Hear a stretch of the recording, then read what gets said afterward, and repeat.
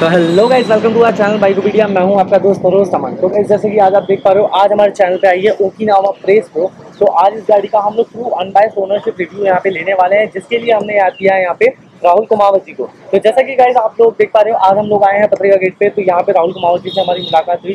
Sir और sir पहले से एक मतलब फोटोग्राफर है, तो सर आज यहाँ पे अपना काम करते थे, तो हम लोगों ने सबसे रिक्वेस्ट किया, तो आज हम लोग इनका रिव्यू यहाँ पे आपके लिए लेकर आए हैं। तो सबसे पहले इंट्रोडक्शन ले लेते हैं एक बार राहुल कुमावत जी। थैंक यू हमारे को आपका रिव्यू देने के लिए, हमारी ऑडियंस को रिव्यू देने के लिए। साथ ही साथ मैं आपसे एक छोटा सा इंट्रो चाहता हूँ, जो हमारी ऑडियंस आपका वेट कर रही है। मेरा नाम राहुल कुमावत है। मैं सिरसी रोड पे DRK प्रोडक्शंस के नाम से एक प्रोडक्शन हाउस रन करता हूँ। ठीक है, मैं ओनर हूँ DRK प्रोडक्शंस का, और मैं 2016 से फोटोग्राफी लाइन के अंदर हूँ। मैक्सिमम जो मेरा काम रहता है वो प्रोडक्ट शूट्स और एड शूट्स का ही रहता है। ओके। इलेक्ट्रिक स्कूटर लेने का रीज़न ये था कि देखो, सबसे पहली चीज़ तो ये कि पेट्रोल की प्राइसिंग बहुत ज़्यादा बढ़ रही है। मैंने अभी ये 5-6 महीने पहले लिया था स्कूटर, तो तब पेट्रोल की प्राइसेस थे 118-120 के समथिंग जा रहा था पेट्रोल। तो बस दिमाग में एक ही क्वेश्चन था, क्योंकि नई गाड़ी तो लेनी थी, नया स्कूटर तो लेना था, चाहे मैं एक्टिवा लूँ चाहिए। एक्टिवा तो दिमाग से इसीलिए कैंसिल हो गया, पेट्रोल बहुत ज़्यादा महंगा हो रहा है। तो दूसरा ऑप्शन आता है फिर अपने पास में इलेक्ट्रिक स्कूटर का।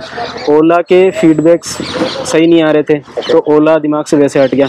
एथर ना लेने का रीज़न ये था कि थोड़ा महंगा है, लगभग 1.5 लाख के समथिंग का है। ठीक है, मुझे चाहिए था कि 1 लाख के अंदर सारी चीज़ मुझे मिल जाए, और मेरा स्पीड से रिलेटेड कुछ ऐसा नहीं था कि मेरे को 100-120 के आसपास जाना है। मेरा ये था कि ठीक है, डिसेंट 70-80 के आसपास मेरी चल जाए, और रेंज मुझे मिल जाए लगभग 80 से 100 के बीच की रेंज मिल जाए। तो मैंने काफ़ी इलेक्ट्रिक स्कूटर्स देखे। दूसरों के अंदर ना लेने का रीज़न ये था कि उनकी जो थी वो रेंज थी 50 किलोमीटर, 55 किलोमीटर, 60 किलोमीटर, और अगर मैं रेंज बढ़ाना चाहता हूँ तो उनकी स्पीड उतनी लिमिटेड थी, 45 से 50 की स्पीड लिमिटेशंस थी मेरे पास में, और बाकी रेंज में बढ़ाना चाहता हूँ तो 100-120 की रेंज भी मिल रही थी मुझे। बट एक ये था कि अब अपन लाख रुपए खर्च कर रहे हैं किसी चीज़ पे, तो ऑब्वियस सी बात है फिर थोड़ा ढंग की चीज़ ले लें अपन। सही बात। तो इस वजह से फिर पापा ने रिकमेंड किया कि काफ़ी दोस्तों ने उनके ने ओला ये ओकिनावा की स्कूटी ले रखी है, उनसे फीडबैक वगैरह पूछा तो उन्होंने सब पॉजिटिव फीडबैक ही बताया, तो फिर मैंने ये तो आपने ये वाला स्कूटर मतलब परचेज कर लिया। तो इसके बाद मैं आपसे ये पूछना चाहूँगा, अभी तक ये वैसे हाई स्पीड मॉडल है, जैसे कि मैं रजिस्ट्रेशन नंबर प्लेट RTO। तो इसके अलावा मैं आपसे ये पूछना चाहूँगा, आपने एक स्कूटर और बताया था कि आपके पास एक। हाँ, मेरे पास में 2 स्कूटर है, वो बैटरी ई का है। ओके। तो जो सिरसी में जिसका आउटलेट है, ठीक है, तो वो मेरा रेंज कम है उसकी, वो लगभग 50 किलोमीटर के आसपास चलता है, और उसकी टॉप स्पीड है 40 किलोमीटर, मतलब 43 तो मीटर दिखाता है, पर एक्चुअल मैंने जैसे गूगल मैप्स से चेक किया था तो वहाँ पे 38 के समथिंग में मेरी टॉप स्पीड आ रही है। तो वो है, तो उसमें बस ये है कि वो जैसे ऑफिस वर्क के लिए रहता है तो आसपास में जाना रहता है, तो इस वजह से वो बेटर है, और ज़्यादा रेंज मेरे को चाहिए होती है तो फिर ये बेटर है। तो इसके अलावा अभी अपन यहाँ पे बैटरी इसकी चार्जिंग की बात कर लेते हैं। चार्जिंग के मामले में क्या मतलब क्या कंजप्शन आ रहा है? चार्जिंग में देखो, कंपनी बताती है लगभग 2 यूनिट 3 यूनिट के समथिंग लगती है। मैं इससे ज़्यादा तो मेरे लगे भी नहीं है, मतलब मैं चेक करता हूँ, मेरा स्टूडियो के अंदर क्या है, सोलर से चल रहा है पूरा। ठीक है, तो अब आपको थोड़ी बहुत अगर सोलर के बारे में नॉलेज है तो 7-8 यूनिट पर डे के बनाता है। मेरे स्टूडियो में AC वगैरह सारी चीज़ें चलती है, तो मेरा कंजप्शन है 6 यूनिट 7 यूनिट का। मैं वहीं पे इसको चार्ज लगाता हूँ, सोलर से चल रहा है, लाइट के पैसे भी नहीं लग रहे, ऑब्वियस सी बात है, तो उसमें आराम से इलेक्ट्रिसिटी मतलब इन्होंने इलेक्ट्रिक व्हीकल लेके पहले तो पेट्रोल के कॉस्ट खत्म कर दिया, और सोलर पैनल्स लगा के इन्होंने इलेक्ट्रिसिटी का कंजप्शन भी बिल्कुल खत्म कर दिया। मतलब चार्जिंग इनके कहीं से कहीं तक नहीं लग रहा है। ओनली आपने जब गाड़ी बस ये इसके जो पैसे लगे थे 90-95 हज़ार वही लगे हैं, उसके अलावा कोई और एक्स्ट्रा बस आप पंचर होने का वेट कर रहे हो कि गाड़ी पंचर हो जाए तो पैसे। वो भी ट्यूबलेस टायर है, और ब्रेकिंग के लिए भी जैसे बात, ट्यूबलेस टायर भी कभी तो सही करवाओगे, कभी सही, पर वही है ना कि 20,000 तक तो मेरे को सोचने की जरूरत नहीं है। ठीक है, तो अभी तक आपने कितने किलोमीटर चला लिया? मैंने इसको चेक कर लेता हूँ यहाँ पे। तो यहाँ पे स्कूटर इनका चल गया है ओके 4543, तो 4543 किलोमीटर हमने स्कूटर चला लिया है। तो अभी तक मैं जैसे कि आपने 4500 किलोमीटर यहाँ पे गाड़ी चला ली है, मैंने देखा है। तो इसमें आपने सर्विसेज कितनी करवाई है अभी तक? मेरी 2 सर्विस हुई है इसकी, 3rd सर्विस मेरी पेंडिंग है। जो सर्विसेज का रहता है कि फर्स्ट सर्विस जो रहती है 1000 से 1500 किलोमीटर रहती है, सेकंड सर्विस रहती है जो 2500 से 3000 किलोमीटर के बीच रहती है, और जो 3rd सर्विस है वो पेड सर्विस रहती है, तो वो रहती है 4500 से 5500 किलोमीटर के बीच में। कंपनी से आपको 2 ही सर्विस? नहीं, कंपनी से टोटल 4 सर्विसेज हैं। फर्स्ट सेकंड फ्री सर्विस रहती है, थर्ड सर्विस जो रहती है वो पेड सर्विस रहती है, और फोर्थ और फिफ्थ फिर फ्री सर्विस रहती है। थर्ड सर्विस फ्री मतलब ऐसा पेड क्यों? अब वो तो कंपनी वाले जाने उसका। सर आप कस्टमर हो, आपने पूछना चाहिए था। नहीं, उनका बस ये रहता है कि जैसे अब ऑब्वियस सी बात है, देखो मेरे को जो समझ में आता है इसका रीजन ये है कि थोड़ा खर्चा पानी उनका निकल जाए, उस और तो कुछ भी नहीं निकल जाए। मतलब तीसरी सर्विस से ही खर्चा पानी कैसे निकालोगे, मुझे तो ये नहीं समझ में आ रहा। देखो बाद में क्या होता है, 5 सर्विस करवा ली, ठीक है, फिर लोग बाग ऑब्वियस सी बात है इसमें, देखो वैसे बैटरी स्कूटी इनको सर्विस की जरूरत पड़ती नहीं है, वो कंपनी जबरदस्ती है। नहीं, इनमें देखो सुना है कि बैटरी मतलब वो मदरबोर्ड, मैं आज ही जब सुबह जाके आया था ना सर्विस के लिए, तो वो खुद कह रहे थे कि इसमें ऐसा कुछ नीड है नहीं, बट वो एक फॉर्मेलिटी टाइप का कुछ है, तो बस वही चीज़ है। फिफ्थ सर्विस के बाद में जो है सारी सर्विस पेड सर्विस है। इनफैक्ट मैंने क्या है पूरा ये इलेक्ट्रिक व्हीकल्स का, हालांकि सभी कंपनियों का तो नहीं देखा, बट कुछ कंपनियों का जो है मैंने सर्विस पार्ट भी देखा हुआ है। इनफैक्ट मैं मेरी ऑडियंस के लिए लेके भी आने वाला हूँ बहुत जल्दी कि इलेक्ट्रिक व्हीकल की सर्विस कैसे होती है। तो गाइस ये मैं आप लोगों के लिए जरूर लेकर आऊंगा।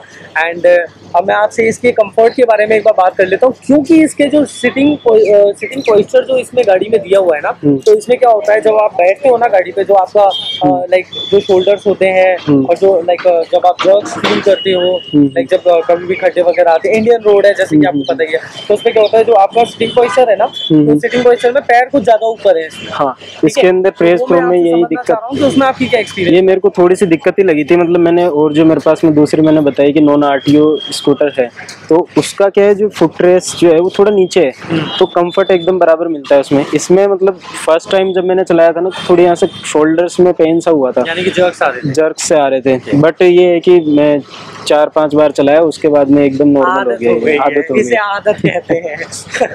मतलब सर ये कहना चाह रहे हैं कि अब फील नहीं हो रहा, बट मेरे हिसाब से ये कि नहीं, बट फर्स्ट टाइम जब मैंने किया था, मैं मोती डूंगरी गया था मैं, तो शोल्डर्स में पेन हो रहा था मेरे, मैंने देखा यार ये क्या ले लिया, लाख रुपए दे दिए। ऐसा होता है, क्या होता है चीजों के हिसाब से। अब वो चीजें तो अपना साइज तो मतलब हाँ वो कर तो कुछ सकते नहीं है अपन, हम जो है हम लोग फ्लेक्सिबल होते हैं हर मामले में, तो क्या हम ही खुद को डाल देते हैं। कई बार ऐसा होता है, लोग कहते हैं जूता शूज वगैरह अपन खरीदते हैं, जूते खरीदते हैं, तो अपन सोचते हैं कि नहीं अभी तो पहना ही है ना, अभी नया नया है ना, थोड़ा सा खुलेगा। अरे वो जूता नहीं खुलेगा, मेरे हिसाब से ये है कि पैर एडजस्ट हो जाए, वो एडजस्ट हो जाता है। ठीक है, तो वो ये वही वाली बात है और कुछ नहीं है। ठीक है, इसके सस्पेंशंस के बारे में आपका क्या कहना है? सस्पेंशंस देखो आपको सही बताऊं तो जो पेट्रोल स्कूटर्स वगैरह रहते हैं उनके सस्पेंशंस काफी अच्छे रहते हैं। मतलब इसमें ये है कि आपको अगर प्लेन रोड पे चलानी है तो एकदम बेस्ट है, नो डाउट आप आंख बंद करके ले सकते हो ये चीज। बट जैसे ऑफ रोडिंग कई बार ज्यादा हो जाती है ना, तो इलेक्ट्रिक स्कूटर्स में ये रहता है कि जब अपन ब्रेक दबाते हैं तो पावर कट हो जाता है, तो उससे क्या झटके लगते हैं, अपन जब स्कूटी चलाते हैं तो थोड़ा झटके से लगते हैं। और सस्पेंशन भी उसके मुकाबले इतना ज्यादा है नहीं इसका खास। जो अपने इलेक्ट्रिक व्हीकल्स रहते हैं वो क्या रहते हैं, थोड़े वजनदार रहते हैं, तो उस हिसाब से उनके सस्पेंशन और अच्छे रहते हैं। तो सस्पेंशन में थोड़ी बहुत मेरे को लगती है, बट ठीक है, मतलब अपन काफी सारे फायदे देख रहे हैं तो कुछ ना कुछ तो ड्रॉबैक्स भी रहती है, वो चीज है। ठीक है, कोई बात नहीं। ओके, इसके अलावा इसकी बिल्ड क्वालिटी के बारे में आपका क्या कहना है? बिल्ड क्वालिटी के बारे में कहना तो क्या है मतलब ठीक है, अपन और जैसे एक्टिवा वगैरह लेते हैं तो ऑब्वियस सी बात है वो थोड़ा मेटल बॉडी के अंदर आता है, ये पूरा का पूरा प्लास्टिक बॉडी के अंदर है, तो जब भिड़ गई तो बचना तो कुछ है नहीं इसका। बट ऑब्वियस सी बात है कि यार ये चलती भी वैसे कम स्पीड के अंदर ही है, तो एक्सीडेंट के चांसेस वैसे तो कम ही रहते हैं क्योंकि कंट्रोल में आ जाती है ये, वो चीज़ है। एक्टिवा वगैरह भागती भी ज़्यादा है तो ऑब्वियस सी बात है एक्सीडेंट में मैसी भी होगा, तो वो चीज़ है। ठीक है, तो इसके अलावा अच्छा इसकी लाइटिंग वगैरह कैसी है? मतलब कभी रोड लाइटिंग तो गाड़ी चलाई बिल्कुल सही नहीं है, बिल्कुल सही नहीं है। नहीं, बहुत ज्यादा डिम है, मतलब एकदम अंधेरी रोड पे आप चल रहे हो ना तो गड्ढे भी नहीं दिखेंगे सामने से, ऐसे मतलब बहुत ज्यादा कम है। ठीक है, आप काम चला सकते हो, मैं भी लगा ही रहा हूँ, मेरे को तो दिक्कत आती है, मेरे को दिक्कत आती है। मेरे पास में पल्सर भी है तो उसकी लाइटिंग बहुत अच्छी खासी है क्योंकि ऑब्वियस बात है वो पेट्रोल बाइक है, तो उसमें मेरे को कम लगता है क्योंकि मैं स्पेक्स लगाता हूँ, नज़र की थोड़ी सी दिक्कत है, तो उसमें भी मेरे को कम लगती है लाइटिंग, तो ये तो बहुत ज़्यादा कम है। बट ये है कि अपन सिटी के अंदर ज़्यादा चलाते हैं तो रोड लाइट्स रहती है तो काम तो चली जाता है अपना। तो इसकी रेंज क्या मिल रही है अभी आपको? कंपनी क्या है और आप क्या ले रहे हो? देखो कंपनी क्लेम करती है कि 80 से 100 के बीच में चलेगी, 80 किलोमीटर से 100 किलोमीटर के बीच में चलेगी, बट जो मेरा एक्चुअल है, मतलब फर्स्ट डे मैंने देखा था, मतलब फर्स्ट सर्विस से पहले की बात कर रहा हूँ, तो मेरी लगभग 70 के अराउंड ही चली थी, 70 किलोमीटर 75 किलोमीटर चली थी। फिर देखो डिपेंड ये करता है ना कि अपन कौन से मोड पे चला रहे हैं। इको मोड रहता है तो 45 की स्पीड पे चलता है, स्पोर्ट्स मोड रहता है इसका तो वो लगभग चलता है 67-68 के समथिंग चलता है, टर्बो मोड रहता है वो 75 चलता है। तो मतलब मैक्सिमम मेरी स्कूटी चलती है स्पोर्ट्स मोड पे, मतलब 67। हाईवे वगैरह पे यूज टर्बो मोड मतलब मेरे को तो आज तक नीड ही नहीं पड़ी, मतलब बहुत कम रेयर केसेस रहते हैं जब मेरे को उसकी नीड पड़ती तो है। 45 की स्पीड भी इनफ है मतलब आपको? इनफ मतलब मेरे लिए इनफ नहीं है, क्योंकि मैं फोटोग्राफर हूँ, रश के अंदर ही जाना पड़ता है, क्लाइंट वेट करता रहता है तो मेरे को जल्दी जाना पड़ता है। तो ऑब्वियस सी बात है मैं स्पोर्ट्स मोड पे ही रहती है, और मेरे को बैकअप जो मिल रहा है वो लगभग 70-75 किलोमीटर के समथिंग तो चली जाती है। और अगर मैंने ट्राई तो नहीं किया, बट मैं अगर चलाऊँ इसको इको मोड पे तो मेरी एक्सपेक्टेशन है कि 80-85 तो चली जाएगी। बट फिर वो फिर स्पीड कम मिलेगी, बट स्पीड नहीं दे पाएगी, स्पीड कम वो एक थोड़ा सा प्रॉब्लम करेगा। हाँ बस वही है। ठीक है, तो इसके अलावा अब मैं आपसे एक बार सर्विस में चार्जेस के बारे में डिस्कस कर लेता हूँ। वैसे देखो अभी तो मेरी फ्री सर्विसेज ही है, और चार्जेस भी वैसे सबसे पूछने वाला था कि नहीं, वैसे कंपनी वालों ने बताया था कि ज्यादा इसके अंदर कोई खर्चा है नहीं। देखो इसमें सिर्फ जो होती है वो ऑयलिंग होती है, ठीक है, और जो मोटा खर्चा आता है वो सीधी सी बात है, मदरबोर्ड अगर कभी खराब होता है तो उस चीज की इलेक्ट्रॉनिक्स का ही कुछ खर्चा रहता है। बाकी कंपनी वालों ने जो बताया वो ये है कि 300 से 500 रुपए के बीच में इसका जो है सर्विस की कॉस्ट रहती है। तो अब मैं तो आज जाऊंगा सर्विस करवाने, तो देखते हैं कितना क्या चार्ज रहता है। चलो देखते हैं। तो सर जैसे हो सके तो प्लीज आप मुझे चार्जेस, अगर आप जाओगे तो मेरे को क्या है वीडियो पब्लिश होने से पहले प्लीज बता देना, सो दैट गाइस मैं कोशिश करूंगा आप डिस्क्रिप्शन में डाल दिखा सकूं कि क्या चार्जेस सर से लिए गए हैं अब जो सर्विस आती है उसमें। तो सर आपसे एक लास्ट सवाल और पूछना चाह रहा था, इस गाड़ी से रिलेटेड, इस स्कूटर से रिलेटेड आप ओवरऑल रेटिंग क्या करना चाहोगे? देखो ओवरऑल रेटिंग में 3.5 से 4 के बीच में देना चाहूँगा। देखो फायदे काफ़ी हैं, मतलब आप जो मैंने कमियां बताई अगर उनसे आप ये होगी ठीक है कोई नहीं मैं झेल लूँगा इन चीज़ों को, तो कोई दिक्कत नहीं, आपके लिए बढ़िया स्कूटर है, आप 4.5-5 के अंदर भी जा सकते हो रेटिंग के अंदर। बट आप इन चीज़ों को झेल सकते हो तो आपके ऊपर है, नहीं झेल सकते तो फिर आप इससे बेटर ऑप्शंस में भी जा सकते हो। और बेटर ऑप्शंस में इसलिए नहीं जा सकते क्योंकि थोड़ा प्राइसिंग का भी आ जाता है, 50,000 रुपये अपनी ज़्यादा लग रहे हैं। तो ऑब्वियस सी बात है मैं सिर्फ 50,000 के लिए इतनी सारी कमियों की वजह से तो नहीं जा सकता, मैं सेटिस्फाइड हूँ इन चीज़ों के अंदर, ठीक है। तो दोस्तों उम्मीद करता हूँ आपको हमारा ये वीडियो पसंद आया होगा।